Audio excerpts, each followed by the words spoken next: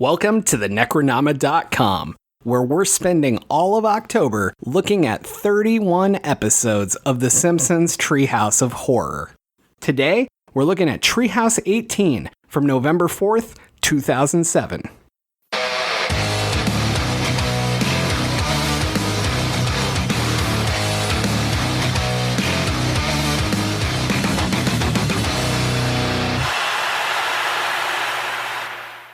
I am James Sabata. I'm Don Guillory. And I'm Thomas Brungardt. And yesterday we left off with an episode where King and Kodos had a war against humanity. And now we're here with another war against humanity with King and Kodos kicking it off. But before that, what's the opening of this one? Well, it's episode 18, so we're barely legal now. It's a big milestone for us. And there's a reference to all the Fox shows, and Marge gets very pissed off that they keep interrupting her intro to the show. And she cooks them into a meatloaf, right? Yes. Which is great. I gotta admit, I agree with her. Yeah, those pop-up ads back then were terrible. They were always, like, those banner ads. Oh, just the worst. Especially for the shows that, just couldn't make it. It really bothered me. Like, you'd be like trying to like read something or see something on the screen, and like there was no rhyme or reason to how they did it. So it's not like it took up an area that nobody was looking at, Or it would be redundant where I'd be watching Joe Millionaire and there'd be an ad for Joe Millionaire, and I'd be like, I'm already here, guys. Like, I know. Yeah, who do you think you're winning over with that? Yeah. Do you want to get into the first one? Oh, I suppose I could. So I don't know if you know this, but there's a war against humanity. Okay. So let's do this right. So Marge sends Bart out to the butane storage shed, just as my mother always did with me. So he goes out to the butane storage shed that everyone has, and he finds Kodos inside. And then Kodos basically accidentally tells him repeatedly that he's there to blow up the world, but Bart doesn't pay any attention to any of that, of course. And so Kodos somehow convinces him that he needs to build this device so he can get back home, and he gives Bart and Lisa this nice list of things he needs that will help him, like tickets to Avenue Q, uranium, 7 billion body bags.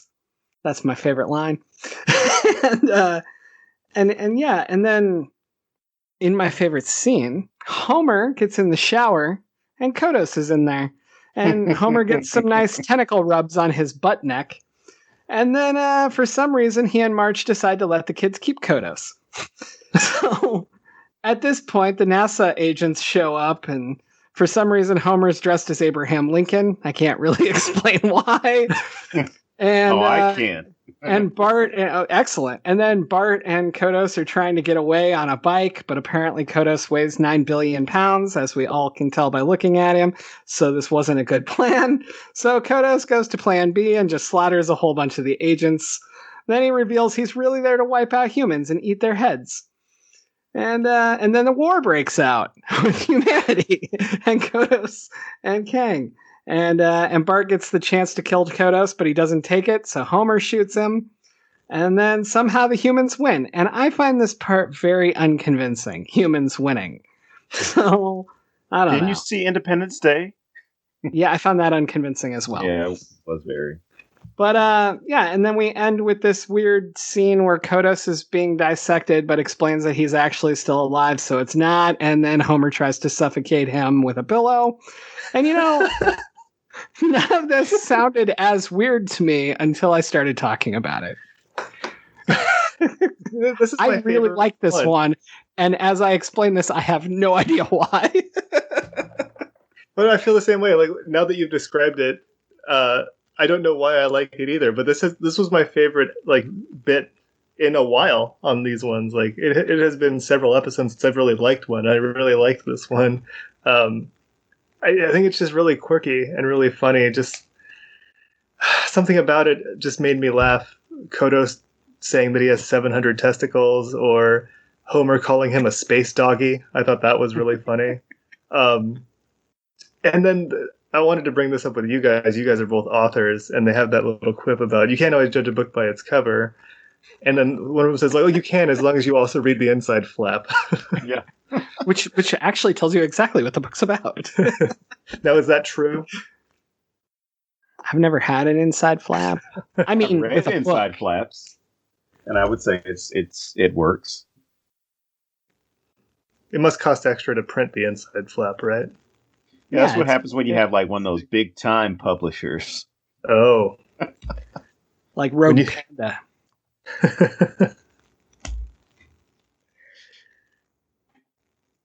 What? This episode it brings me back to something that you and I discussed before, James, about E.T. and the fact that I don't trust E.T. and I feel like they were planning some shit and he got interrupted. And then after all the stuff that the scientists did to him, he was like, "No, get me the fuck out of here. These guys are crazy." And so he had, or maybe it's just the fact that Elliot won him over and he decided, "I'm not going to kill humanity. I'll just go back to my planet." I don't think E.T. is is an alien that, or I'm sorry, an extraterrestrial that is looking to do good.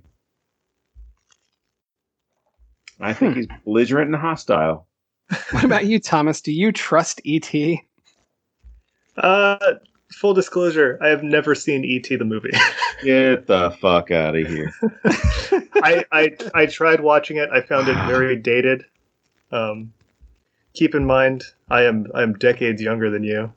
Decades. Like Decades. 7 of them. I prefer the classic film Mac and Me. Wow. Mac and Me has one of the best scenes of all time, so I could see that. Is it the wheelchair down the mountain? Of course it is. Of course it is. I see. I know that. Why aren't we talking about that? It's from what I'm told, it's the same exact story verbatim as E.T. I don't remember anybody in E.T. falling down like that in their wheelchair. Well, let me give some context as to why I never saw E.T.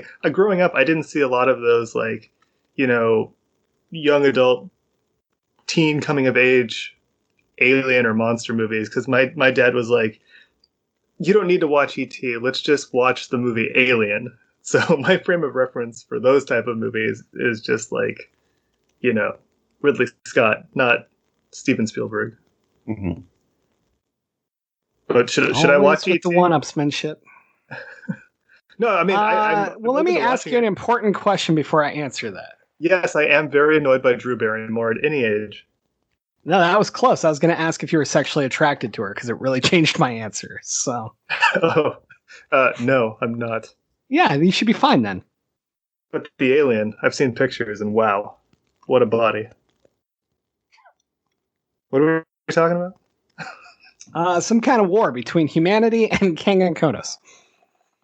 So, Something I would have liked to have seen is more human and alien breeding. They never got to that because they just fought. There was no effort to. well, do you think that coexist. their genitalia would line up? Well, he didn't bring the ray gun Well, it to always spray is. anybody, so. He has 700 testicles. One of those is bound to line up with something. Wait, you line your testicles? You know what? Don't answer that. Just don't. I have a method, and I'll tell you about it offline. I thought sex education in the South was bad. I see you haven't been to Catholic school. Well, you see, I learned all of my sex ed from the movie The Room. So whenever I'm with a woman, I'm just thrusting into her belly button.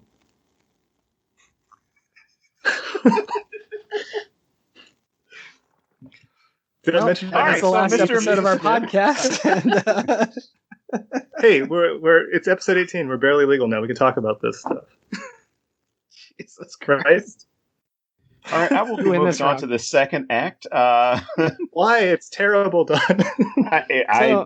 We just got to get it over with. It does not fit at all into Treehouse of Horror. No.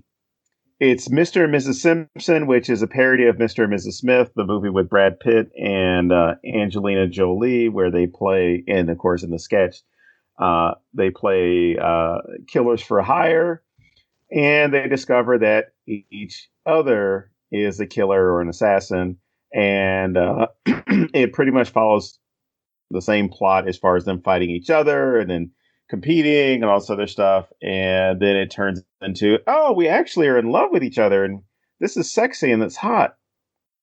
And that's it. That's pretty much it. They have sex over Wiggum's corpse. I mean, they have sex. We'll get into that. In every Treehouse of Horror, like the last 2 or 3, they've had sex. But not on Wiggum's corpse, like in this one. I hated this one. We found out that Homer weighs 241 pounds, though. That was pretty great. That was probably my favorite line in this. 241. Why does he keep bringing up my weight? That's the only thing that made me laugh. The rest, I didn't like Mr. and Mrs. Smith. You know what made me laugh? It was when Homer comes back and she's like, how was your monkey madness at the zoo? And he was like, I turned over so many wheelbarrows. So wait, that was your stupid thing. I liked that. But yeah, overall, I hated this. This is one of the worst ones. And I love Mr. and Mrs. Smith. And the only upside that I see to this is that they didn't force a full episode of this on people. Yeah, I guess it could have been. It's they've done parodies of movies as full episodes before. This is a prime example of something that just doesn't fit, like Don said. Like, I really don't know why you would parody Mr. and Mrs. Smith on a Halloween special. I don't know. Maybe that's what it was. They were going to do this as a full episode, then it turned into, no, fuck it, that won't work. Put it on Halloween. Put it on the Halloween episode. Do it in one of those, like the 22 Tales of Springfield, whatever the hell that episode was. That was great. 22 short films about Springfield? Mm-hmm. I love that. It's based on another thing, but yeah, that would have been great to have done it that way rather than waste it in a Halloween episode. Yeah, it feels really weird. And I think it feels even weirder because it's the middle one. Like, at least the two on the edges, like, kind of fit, you know, like E.T. is very Halloweenish and Kang and Kodos, of course.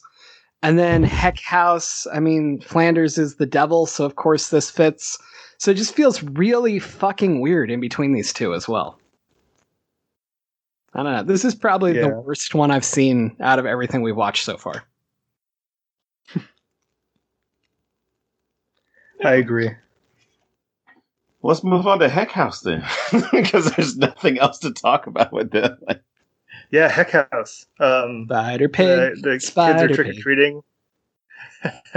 Yeah, we get our first Spider Pig. Or Harry Plopper. What did he end up being called at the end of the movie? Harry Plopper? Yeah, Spider Pig from the movie makes an appearance on Homer's head. And the story is Bart, Lisa, Milhouse, and Nelson are trick-or-treating. Mm-hmm. And they don't get a treat, so they decide to trick. And they love it, so they go around tricking everybody, and it gets out of hand. And Flanders has a moment like Quint in Jaws, where he comes from out of the shadows and says, "I can solve this for you." And he tries to scare them straight through the haunted house at the church. And then, of course, you find out that he is the devil again. What'd you think? I like the setup. Uh-huh. I like everything up until Flanders' plan doesn't work. Mm-hmm. And when he has to go to the please God give me the power to scare them on a psychological level or whatever the fuck he says, I thought that was funny. And then I feel like I should like the ending of this. Like, this should be something that entertains me, and it absolutely doesn't. It just fell completely flat for me. And I don't know. It really pulled me out of, like, I wouldn't say I thought it was a great episode before that, but I was enjoying it. And maybe that's because it was following Mr. and Mrs. Smith or Simpson.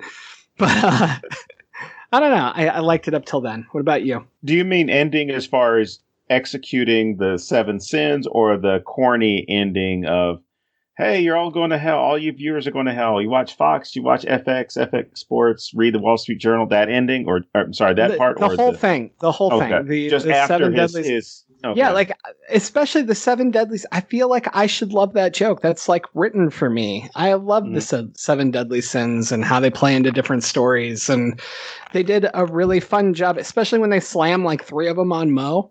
That's hilarious, or it should be. It was lust, greed, and envy all Mo. And he's just like, I envy the crotchless, and and that's the only thing I kind of giggled at here, but. I don't know. I feel like I should have liked this a lot more than I did, and something about it just didn't work.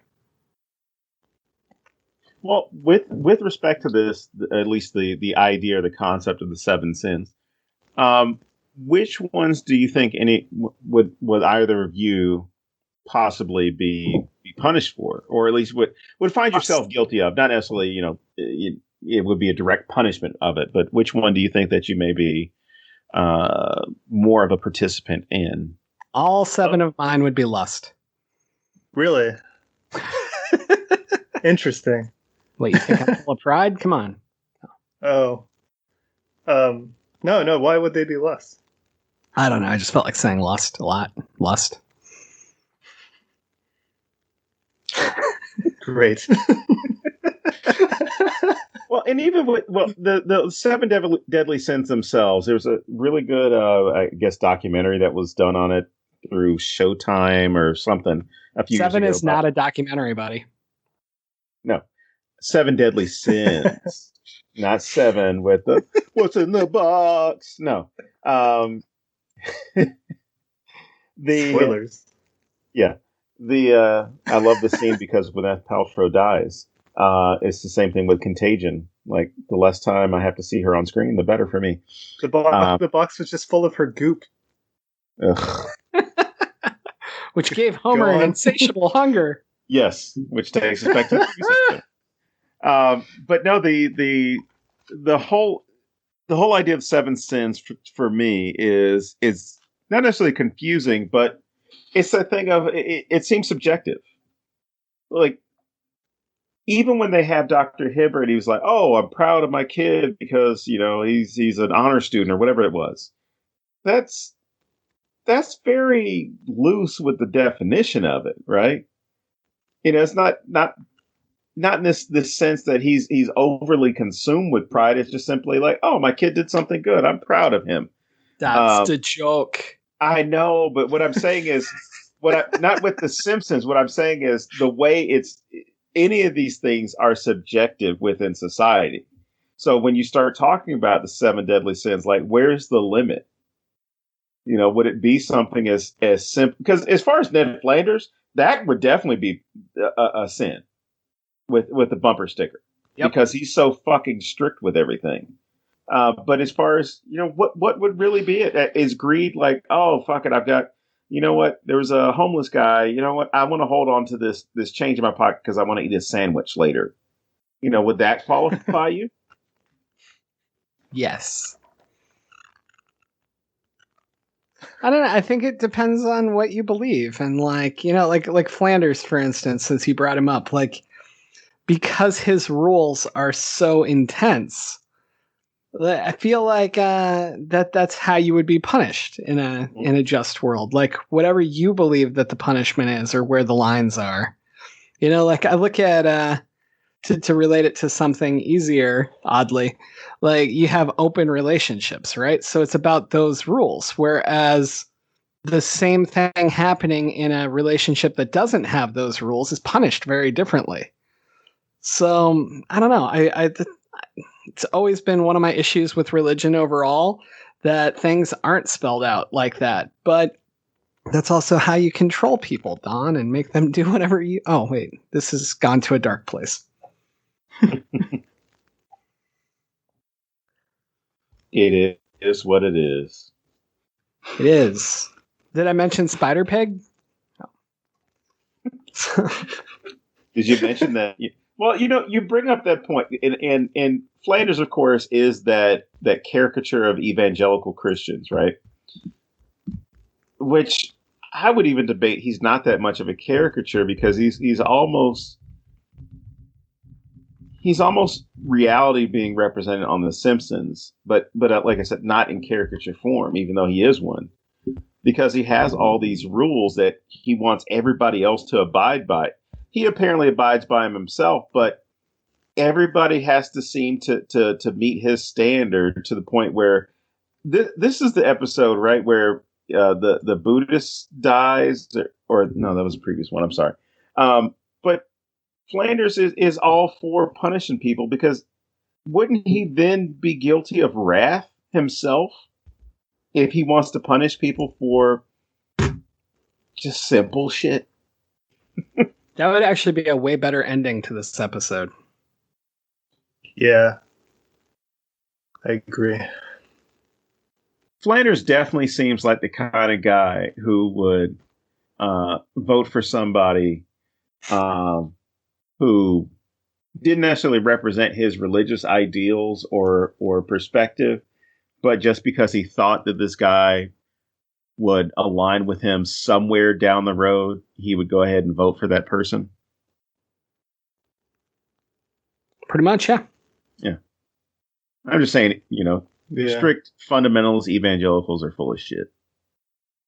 And I can understand why Homer does not like him, and it's not just the whole Rider-Rooney bullshit.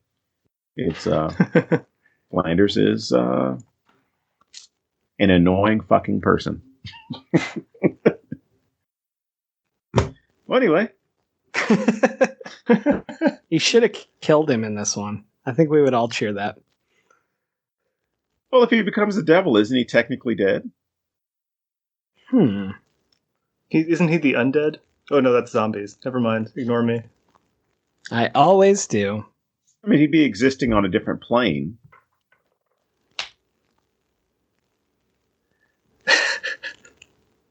So, anyway. What did you think of the very end that you brought up earlier, where Flanders is talking about how we're all going to hell for the things we watch and listing Fox channels and partners and such? Here's how I do. Well, no, I don't see it as wholly stupid. No pun intended. I see it as, again, this is me shitting on Flanders right now. I see Flanders as the Westboro Baptist Church.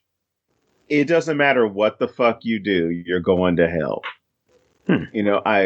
I drew with pencil or wrote with a pencil instead of a pen. Oh, you're going to hell for this. But I thought it was kind of cheap because they make the Fox jokes all the time. So it's kind of like, find something else for this episode. I'm with Thomas. It's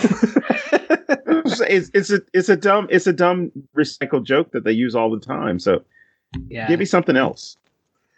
It's one of my problems with these episodes. They always feel like they have to have this thing at the end, like the one where the little leprechaun and Pierce Bronson and those guys were all like together at the end, like just shit like that. And it just feels so unnecessary. Like if you did it in the Crypt Keeper one, that would be cool. Like we talked about, where they should have had Burns like in between, and then if he wrapped it up, like I would get that. Or if it was like Bart with the Night Gallery thing, and then he pulls it back at the end, sure. But so many of these just feel, it's like, hey, our episodes weren't weird enough. Let's go someplace really strange. And I don't know why they do it. It's very odd.